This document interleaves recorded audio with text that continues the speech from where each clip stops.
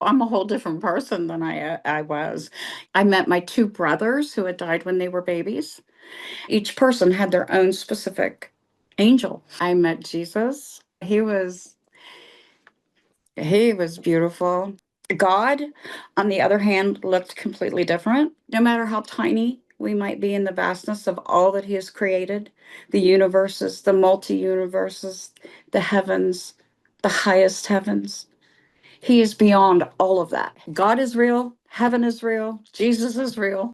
I just know that there is a place. Life does not end.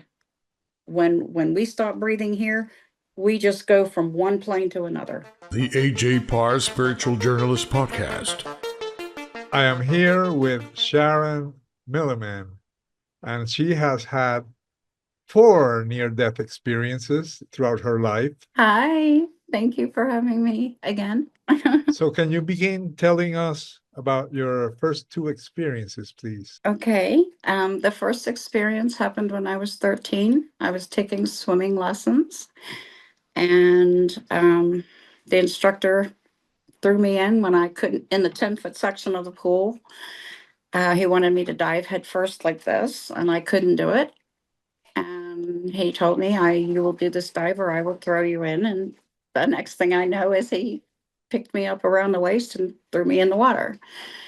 And I struggled and ended up on the bottom of the pool, 10 feet of water, under 10 feet of water, and stopped breathing.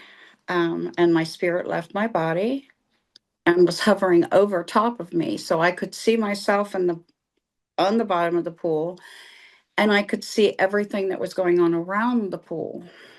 And this was an Olympic-sized swimming pool. This was a big, big pool. And there was a section above the pool down at the 3-foot section where the parents sat. And it was um, where they could overlook the whole pool area and watch your kids. So there was like a balcony area. And that's where my mom was sitting. Um, I heard people screaming. I heard the instructor in the 3-foot section screaming to my instructor. She said his name and said, "Go in and get her." So he he was just frozen. I could see his face. I could see my mom's face. I could hear the children screaming. Um, but while all of this was going on, there was a beautiful, absolutely magnificently beautiful white light that I could see as I'm laying on the bottom and hearing all this chaos. I saw this beautiful light. And whether it was coming down to me or I was going up to it, I couldn't tell. I just knew that it kept getting bigger and bigger and bigger. And the light it was white and it was bright and it was, but love just poured out of that light.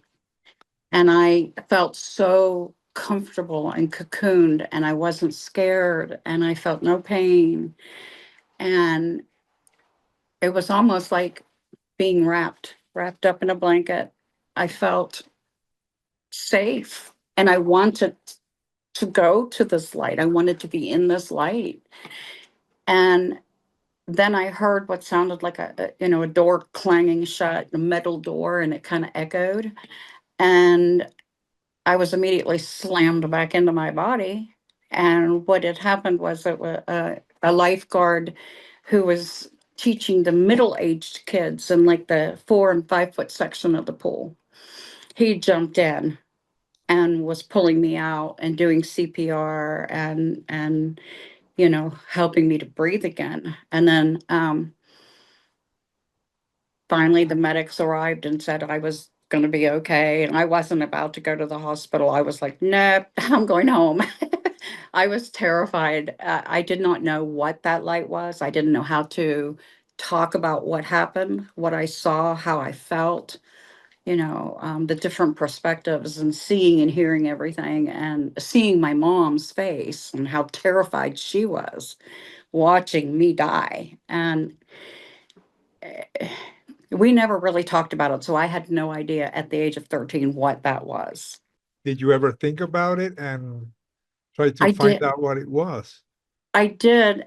I did not know until I had my second near-death experience that there was even something called near-death experience. I had no clue about any of that until I had the second one, which was the lightning strike. I mean, it was so big. I was sitting outside talking on a cordless phone on the back concrete steps behind our house, and we had this overhang. So I was sitting under it, and it started to rain, and I heard thunder sort of in the distance, and then a loud crack, and bam, there lightning. I could see it coming out of the sky. Now I know there's an arc, part of it comes from the bottom and part of it comes from the top, and they kind of meet in the center. Well, I saw the part that was coming out of the sky, and it hit my right arm. And when it did, it went through my body and then traveled underneath the house and blew the transformer that was in front of our house, just totally blew it up. What happened when you went to It heaven? was a beautiful garden. Um, I met Jesus.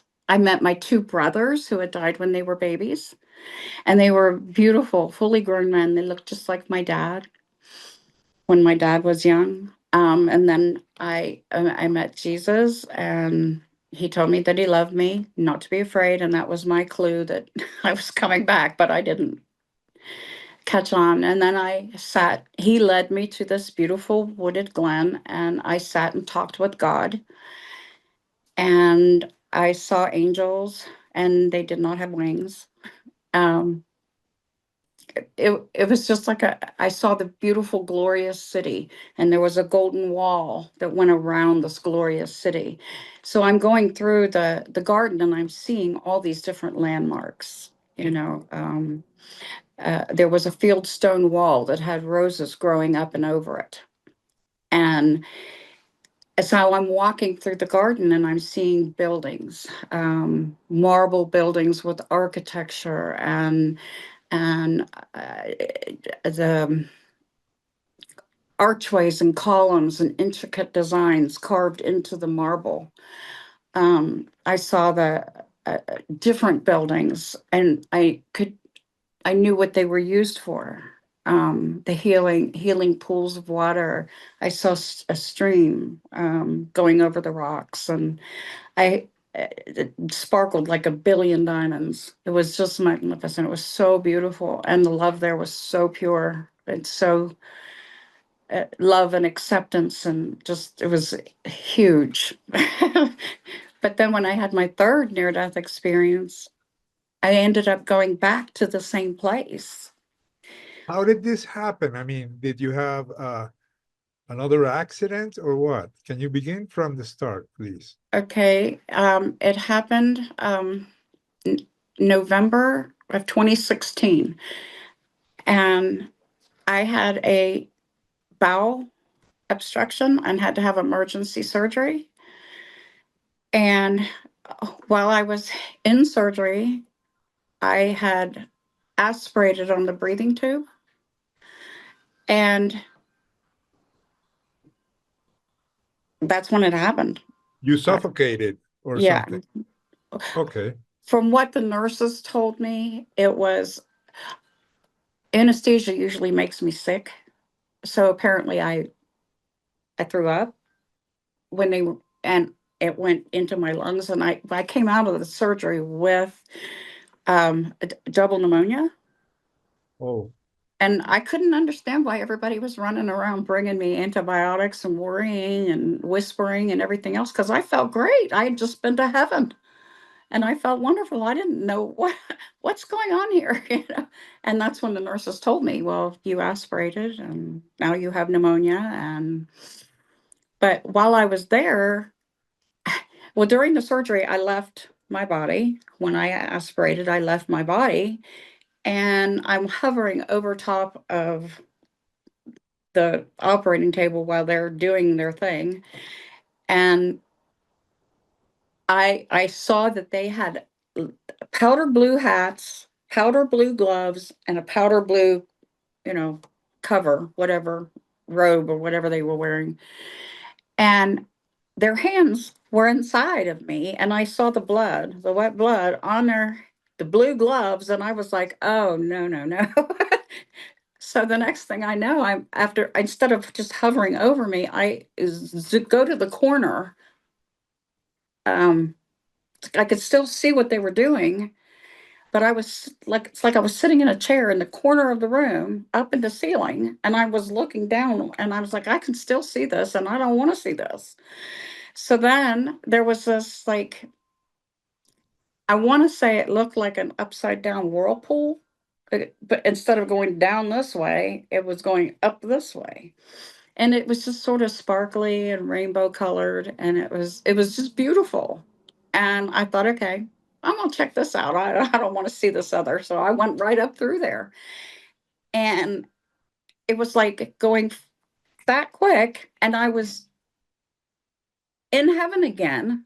But instead of walking through the garden and seeing all this stuff, I was actually standing at the golden wall that surrounds what I call the glorious city. And I could hear the wall was huge. It was so tall, and it was like pure solid gold cinder blocks, one on top of the other. And it was just enormous. And I'm standing there and I'm thinking to myself, okay, there, the gates just a couple feet from me were open, and I could hear people talking, dishes clanging. I could hear music. It was real joyful music. And I thought, okay, there's going to be a party. Because in my second near death experience, I saw a party. I mean, I was literally taken to a room and there was a party going on. So I knew that. I thought to myself, okay, there's a party. Why can't I move? I want to go through these gates. I tried to jump the wall. I tried to walk through it. I couldn't get through it. So as I'm standing there trying to figure this out, there's this little brown and white beagle puppy. And he comes up to me and he starts wiggling all over and barking and jumping on me. And he was so cute. So I knelt down. I mean, he wanted attention. So I knelt down and I was playing and literally interacting with this little beagle puppy. And as I was doing that, I look out and I see this beautiful meadow at tall grasses that were swaying like this. And there were wildflowers of every color that you could imagine. And it had the same sweet smell that I had experienced before. The fragrance was just sweet, and the air was so crisp and clear. And I, as I looked through, I'm looking up and I'm looking through the meadow, and I see the garden, but it's clear at the other end, and it's like on the left-hand side as I'm facing, my back is to the golden wall, and I'm looking out. I'm playing with this puppy, and I'm looking out, and I'm seeing all these colors and the movement and the sweet smell and all of that. And then I see people coming out of the garden where I had been previously.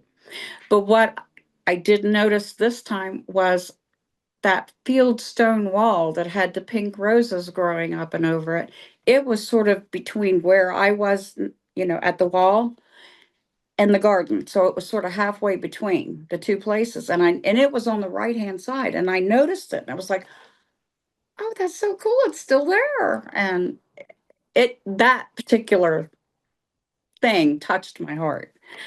And then so people are coming out of, I mean, just hundreds of people. At first it was just a trickle or two, and then it was more and more and more. And there was people were just pouring out of the garden. And the first two people that I saw, they were Middle Eastern men, and they were just beautiful. And they had the I don't know what the term is, but they had the sheets or whatever those things, the white things on their head. They had that on, and they had the white robes, and the two of them were talking to each other. There was two of them. They were walking together, they were laughing, they were talking. And then I noticed there were two angels every person had their own angel, and the angels were taller and more illuminated than the people were, but each person had their own specific angel. Some of the people were talking to each other, some were talking to their angels, but everybody was smiling and laughing. I saw families, I saw men, women, children, all ages, sizes, shapes, whatever. Um, I saw those two, and they went right into the gates. I saw a man who looked like he was a construction worker or a telephone worker or something. He had a hard hat on.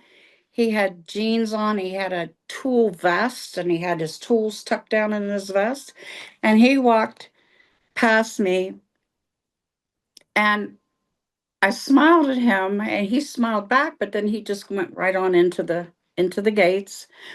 Then there was two more people that came into my view, very close to my view. In fact, I recognized the younger man of the two, and had seen pictures of him from a friend of mine, and I recognized him from these pictures. That he had passed away years ago, but he was escorting an older gentleman with him that I knew was either his father or father figure. And when they came up to me, I looked at the younger man, and I was like, I know you. And he just smiled at me, and he took his dad, and they walked right on into the gates. I did not, um, I did not know why at the time I was seeing this. I was like an observer. I was not going to be allowed to go through the gates. So I was seeing all this as an observer. Um, so I'm still playing with this beagle puppy too, and I didn't know what the beagle puppy's representation was because I'd never had a beagle puppy, and I did not know what that was all about. So when I came back to my body, I even asked the doctor, could I have been dreaming? And I because I asked to speak to the anesthesiologist, and I asked him, could I have been dreaming? And he said, no. Why? I said, because I just came back from heaven. And he was like, no, I give you a cocktail of medications and take you as close to death as I can. Then I give you another concoction of medications to bring you back. So, no, you can't dream under anesthesia. But what was funny is that his eyes got as big as saucers after he explained that to me. And I told him I'd been to heaven, and he's flipping through my chart and then he disappears. So I don't know what that was all about either.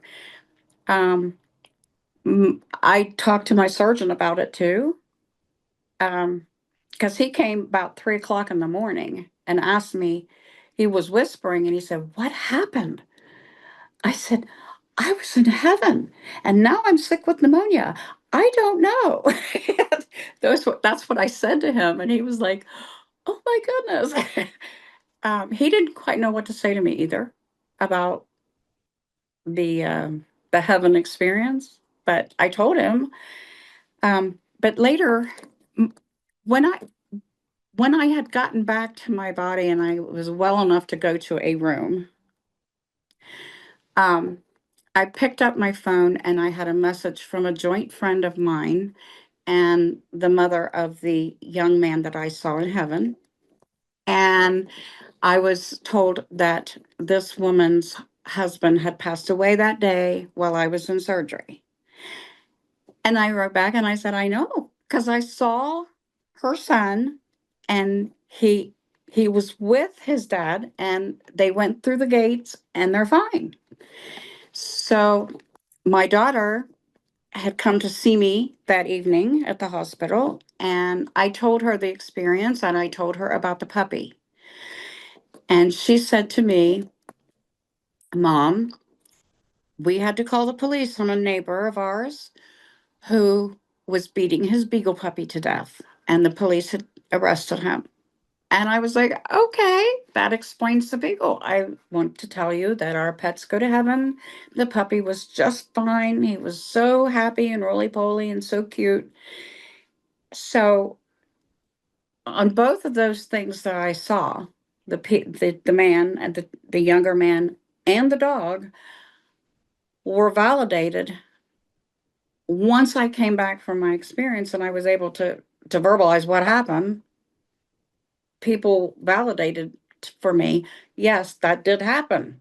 And this person did die, but you were in surgery when it happened. And then I knew nothing about the puppy until my daughter told me. So it was, I believe it happened so that I could tell these people, your loved ones are fine. They're together and they're okay. Animals are in heaven, you know, and the puppy is fine. And So this validated your experience in some way. Also, okay, so the puppy actually died, right? That yes, day? he died. He Okay. died. And so you think when you were in that gate that did you see people coming out and then getting others like a newcomers and taking them into the gate? Is that more or less They're what you saw? angels. Their angels were taking them from the garden, which I'm assuming now is the receiving place or the welcoming center. Um, Can you describe this garden where you oh, were? in my second near-death experience, the garden was just magnificently beautiful. It was huge. I mean, there were trees and flowers and it just walkways, and I could see different buildings here and there, you know, houses on cliffs, and I saw ocean waves. I saw um and another house looked like an English garden, and I saw rose gardens behind the house. I saw healing buildings, like what I would call a healing hospital, for people who died traumatically, don't know that they're dead. So I learned that heaven was a very gentle place, and people are gently brought to the awareness of where they are, what happened. You're okay. We're here. We love you. There's mentors and teachers and guides, and you know, it's people had jobs. You know, they actually did things to help other people, new ones that come. Um, I saw a place where babies and children go, and where they're taken care of when they die, and they're not, I mean, they're loved and they're cared for by people who had, you know, family members who had died previously, or angels and mentors, teachers, whatever. And everybody that I saw had a physical form. They weren't just wisps, you know, or disappear or whatever. Everybody had their own identity, their own individual personalities, and they had physical bodies, but they were illuminated bodies, or what I call light bodies. And What I about had a light body. what about the angels? What did they look like? They were taller, more illuminated, brighter light, I guess you would call it. But They look human? yeah, they looked human to me. Did they have wings or something? No, How did you know they were angels? because they, I don't know, unless it was just, you know, divine knowledge being infused into me, which that happened numerous times throughout the process. But I knew they were angels because when I saw them, they had they had a male appearance, and they were taller, beautiful. They were just beautiful. But it appeared to me that they all kind of looked alike. Very, you know, each one of them looked alike. They were taller. They had white, like a white robe or white gown or whatever, and a blue, like a blue sash that went across them. But they were just beautiful, and they were smiling and talking. Each person had one that looked almost the same. Each person had a particular one. And no, they did not have wings, but they were tall and beautiful. And they did have human qualities. They appeared to me as male, but that's all I can tell you. What about their skin color, hair color, eyes? What can you describe them a little bit? Just, for curiosity. Okay, the ones that I saw, now the ones in my second near-death experience, they were women. Okay. And they had beautiful gowns, ornate, beautiful, no wings. They were taller and thinner and prettier, but they were um, illuminated, very illuminate, different kind of illumination than I saw people. When I could see a person, I could tell that was a person, but this over here is an angel. This, um, um, in my third NDE, the ones I saw appeared to be male, and their hair, um, probably the length of yours, um, curly or wavy, a darker color. Um, their skin was, I don't know how to describe it. It wasn't like a dark color. It was like a very rosy, healthy, rosy cheeks, brilliant smiles. Um,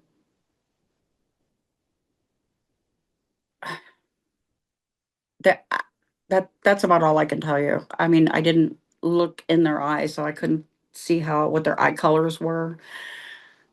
Their hair was, I don't know, brown. How about when you met Jesus and God? Can you describe Jesus? Oh my goodness. Yeah, he was beautiful. He was probably, I don't know, 5'10", 6 foot, somewhere in there, 5'11". He was tall, and he was slim built but muscular. He had olive complexion, but looked like he had a tan on top of it. So he was illuminated too.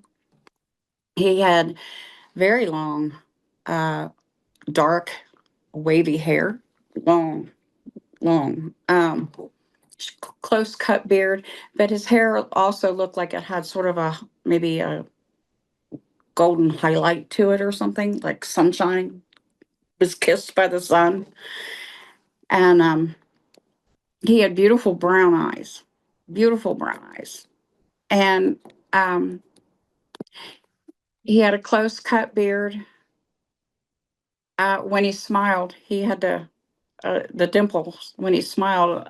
And but the thing of it is that he the love that he exuded, the compassion that he exuded. I mean, just every single pore in his body, it just poured out of him, and he was just that was as breathtakingly beautiful as whatever the physical form that I saw. That he's just beautiful. God, on the other hand, looked completely different. And I know that God is, um, he's spirit. He doesn't have a physical form unless he chooses to take one. And he can take any form he wants to take. And he chose to take this particular form in my experience, because if he had took anything else, I wouldn't have talked to him. I've been scared of him. And he knew that. So I believe that that's the reason he took the form he did. Um, but he had the same similar build. His skin was not dark. He had brilliant blue eyes. His hair was black and curly, and he had a black beard. He looked, I would say, he looked, there was a girl who did I can't remember her name, Akian something. I don't know her whole name. I'd never heard of her until a few years ago when there was a movie that came to our town here, and we went to see the movie. It was about a little boy who had died, and he saw this picture this girl drew or something, and he said that was Jesus. And I think the print is called The Prince of Peace or something similar to that. But anyway, I'd never seen that picture. I never heard of her. I didn't know anything about that until I saw the movie. And my husband was with me. And as soon as that picture flashed up on the screen, I grabbed my husband and I said, "Oh my gosh, that's not God. I mean, that's not Jesus. That's God. That's exactly what God looked like." And I mean, I'm yelling this in the theater. Everybody can hear me. And my poor husband, I think, wanted to climb underneath the chairs, but I was just so shocked because I didn't know there was anything like that out there. And then there it was. And it was like, ah, that's God. That's not Jesus. That's God. So he had an older appearance. He looked, people have asked me, could you tell, how did I know the difference? And it was almost like I knew that was God talking to me.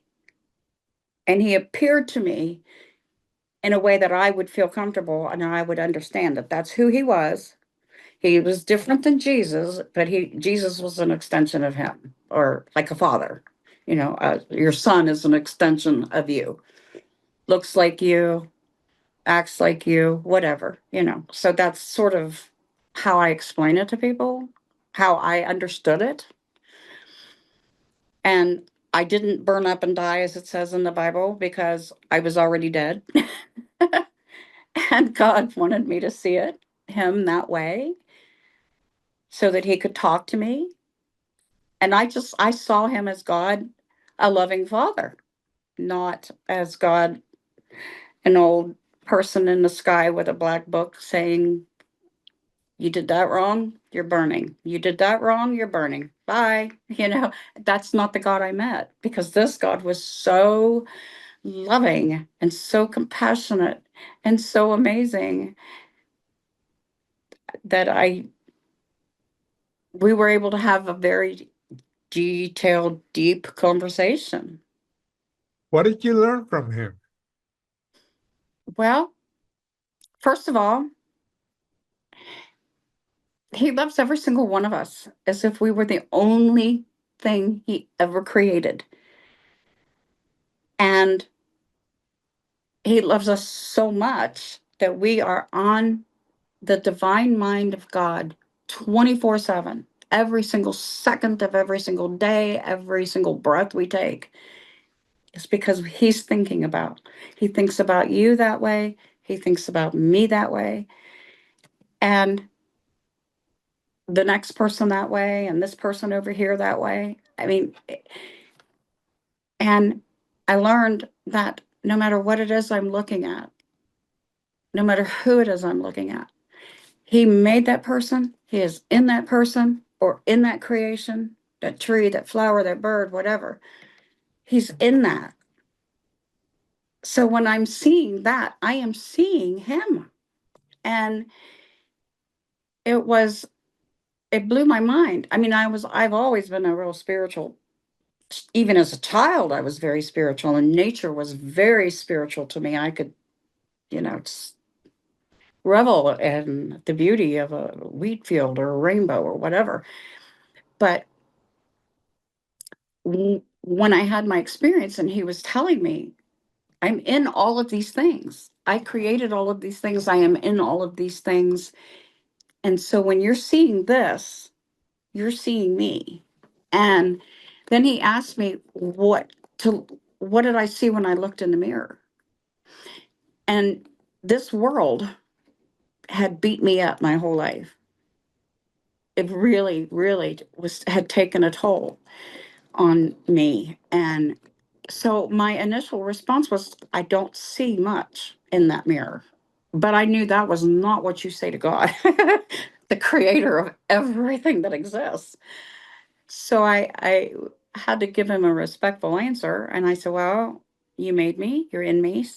So when I see myself in the mirror, I see you, you know, and he was happy with it. That was what he wanted me to say. He was thrilled about that. And I felt like a little girl. I just got an A on a test. I was just so happy because I made him happy, and but it took me a while to understand what it was I was really what he was trying to teach me. He told me not to listen to what the world tells me. That what the world tells me is not important. What's important is what he tells me. His opinion of me is what matters. Nobody else's. It and that I shouldn't put, you know, people told me I was fat, I was ugly, I was stupid. And he's like, you're not those things. You are not what the world tells you. Don't listen to the world. Listen to me. I don't make mistakes. I don't make junk. He did say that. You are not a mistake. I made you for a specific purpose. And then he proceeded to let me know that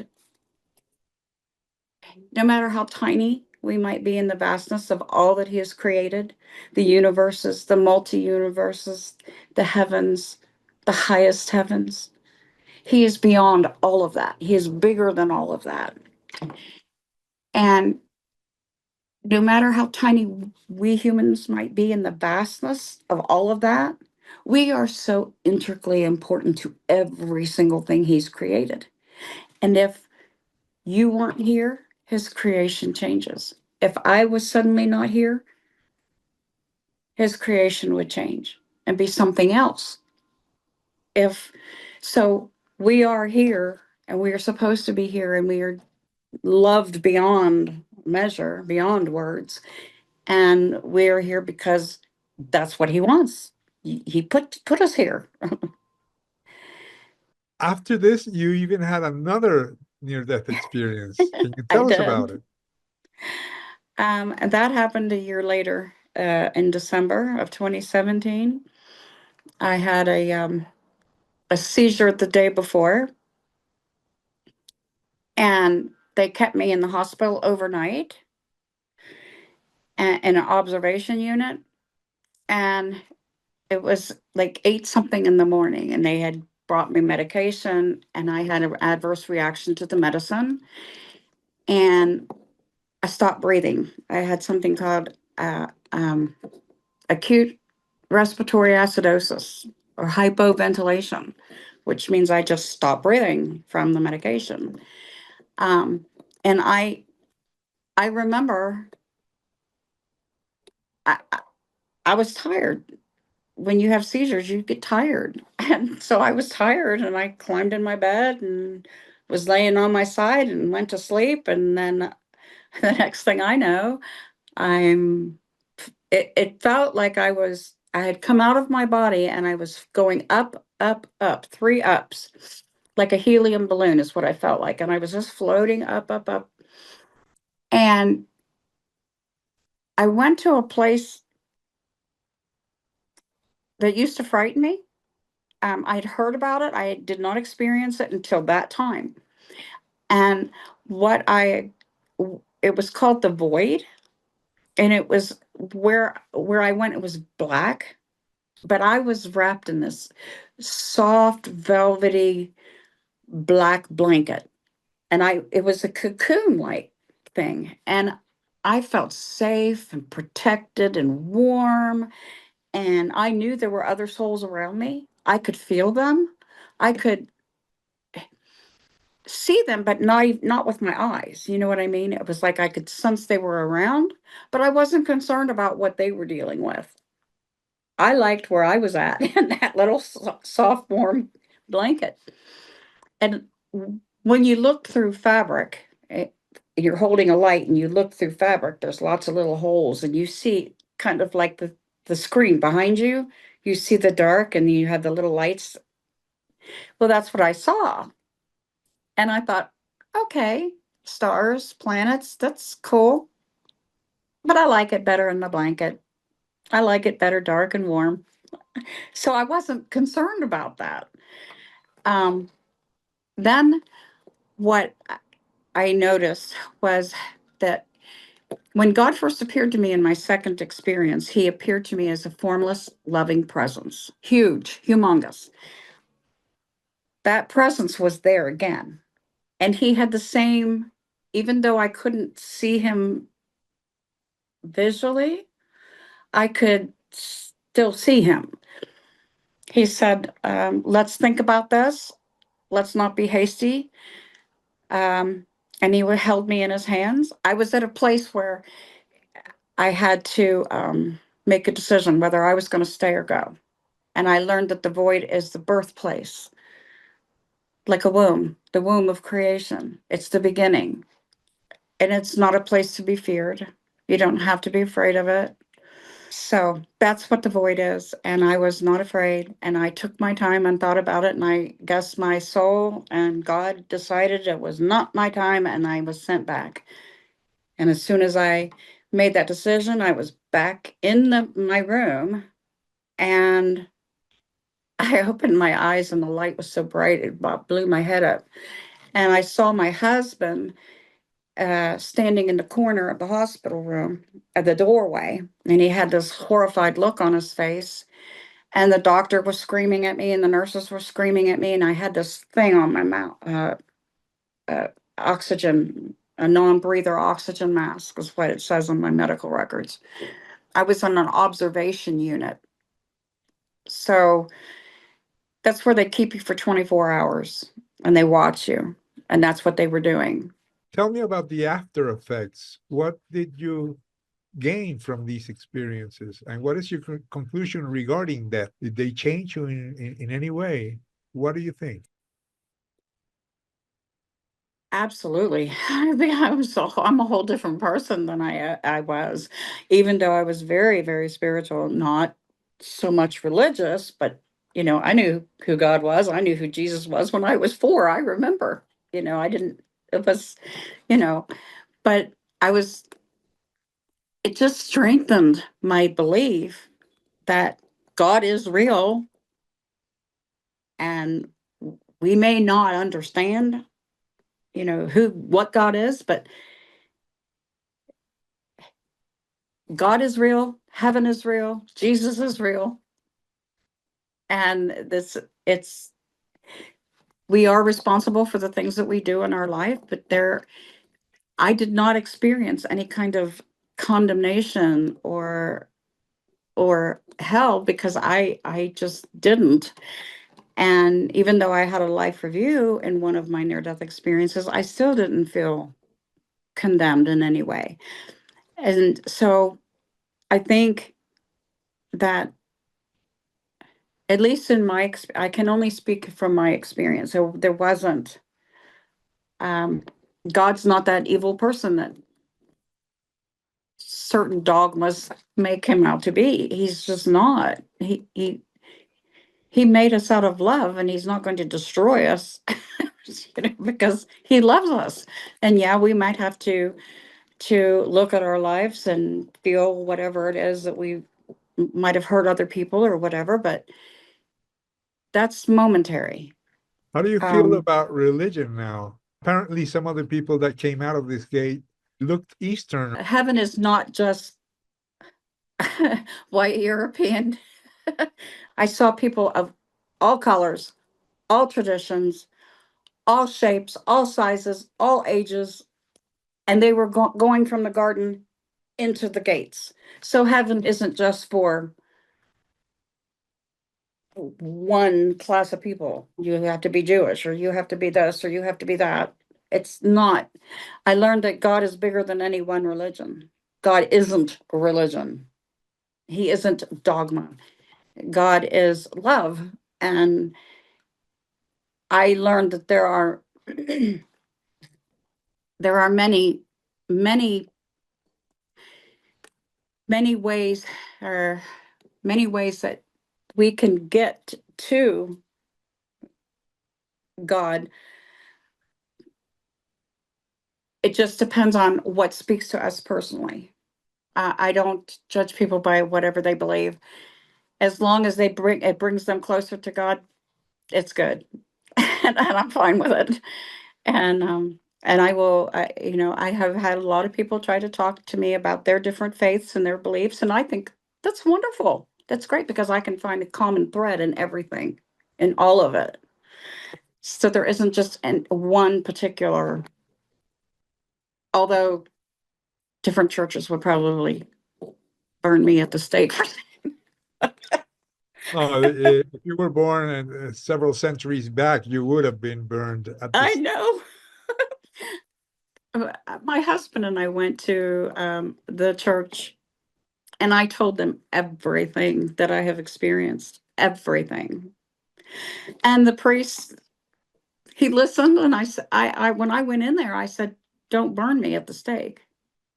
He started laughing. He said, "What are you talking about?" I said, "What I'm about to tell you." And it was funny. He had one question. He said, "When you see spirits, where do they come from?" I said, "Well, heaven." He said, "Okay." And he started using words that I don't like to use because they just don't, it's like a label. And I said, "Father, don't say that word. You're going to get us burned." He started laughing at me. I mean, and my husband was a witness to this conversation because I learned to take witnesses with me. And it was a very uplifting conversation, a very validating conversation.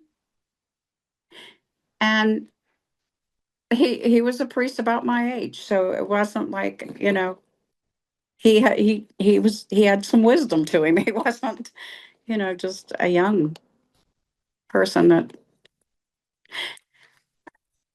it was very interesting. And I've talked to other people from lots of different faiths, and like I said, there is a common thread that runs through each one.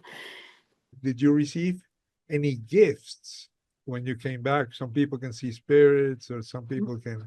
Can I you see tell us about that? spirits. I do see spirits, and they look like normal people, very solid, and they talk to me. Um, but this has been going on even since I was a child. So this was even before my experiences. It's only just gotten more so. And I've gotten a lot of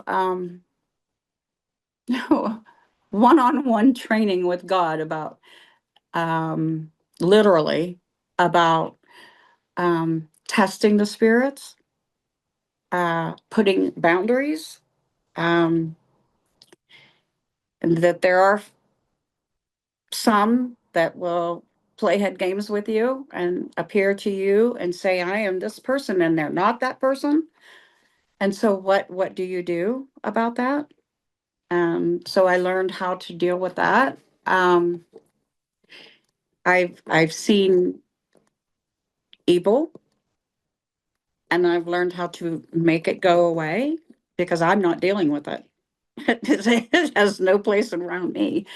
So I've had sort of like a ministry for about 20 years now, helping people.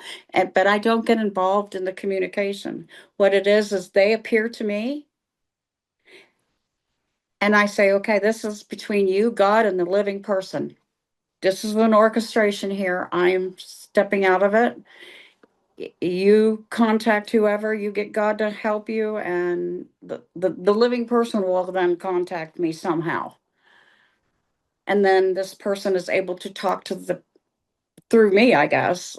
I told the priest this, and he called it being a mediator.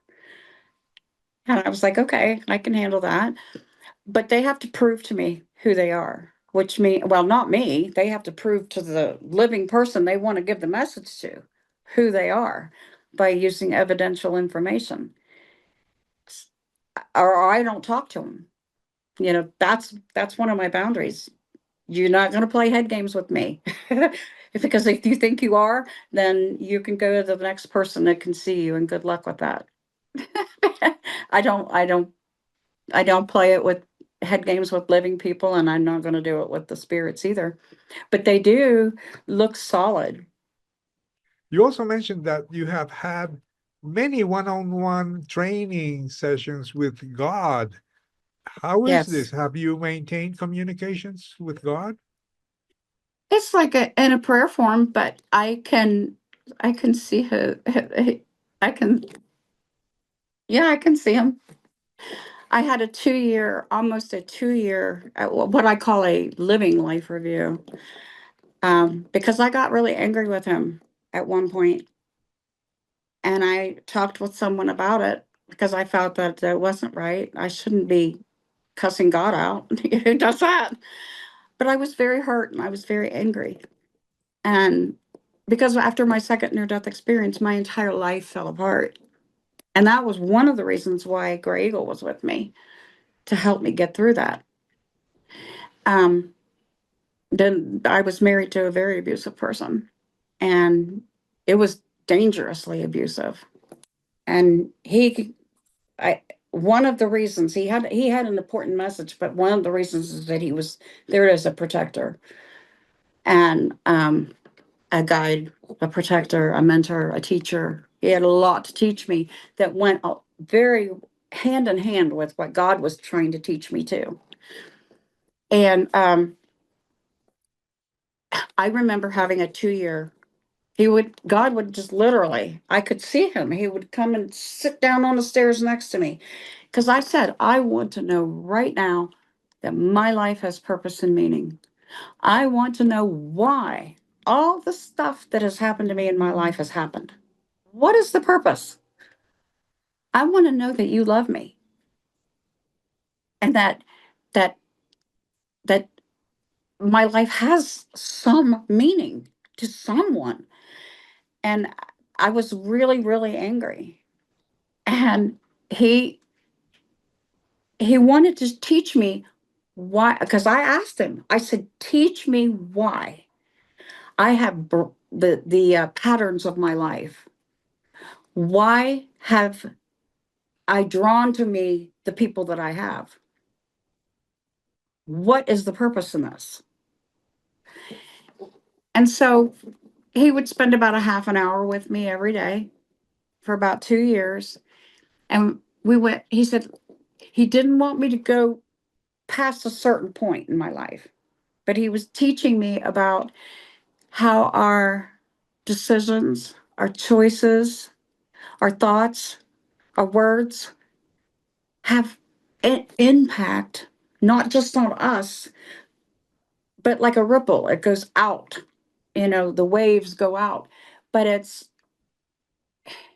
about the choice. One of the things that was brought up is a choice I made when I was 20 years old. That choice, I went through with it even though I knew it wasn't the right choice. But that choice didn't just affect me, it affected the past generations, meaning my parents, my grandparents, my cousins, and back and back. And I found out 40 years later, after making that decision, it also has affected future generations, my children, my grandchildren, my great grandchildren. That one decision. And he was trying to teach me that, but he did it in such a loving way that there was no condemnation at all.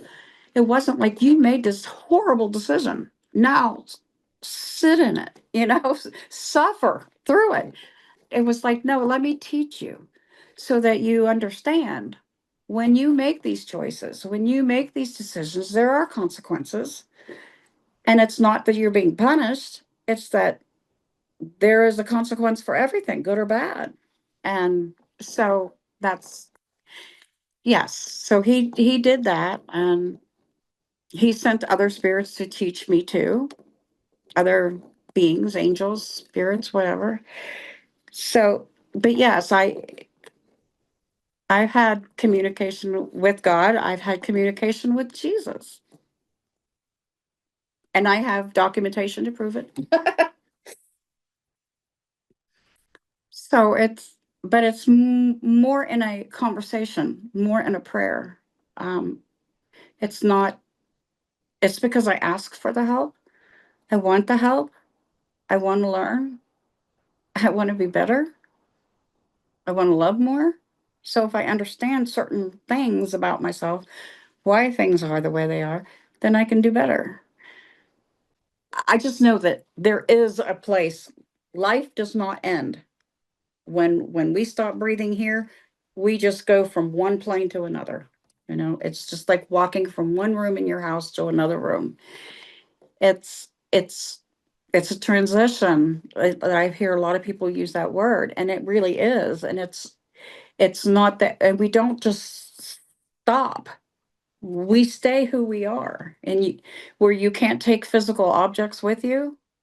So nothing that's in this world means anything, because that's not what you take with you. What you take with you is the love you had for other people, um, your memories, the the special part of you that makes you who you are. That's what you take with you. This has been the A.J. Parr Spiritual Journalist Podcast. Please like, share, and subscribe.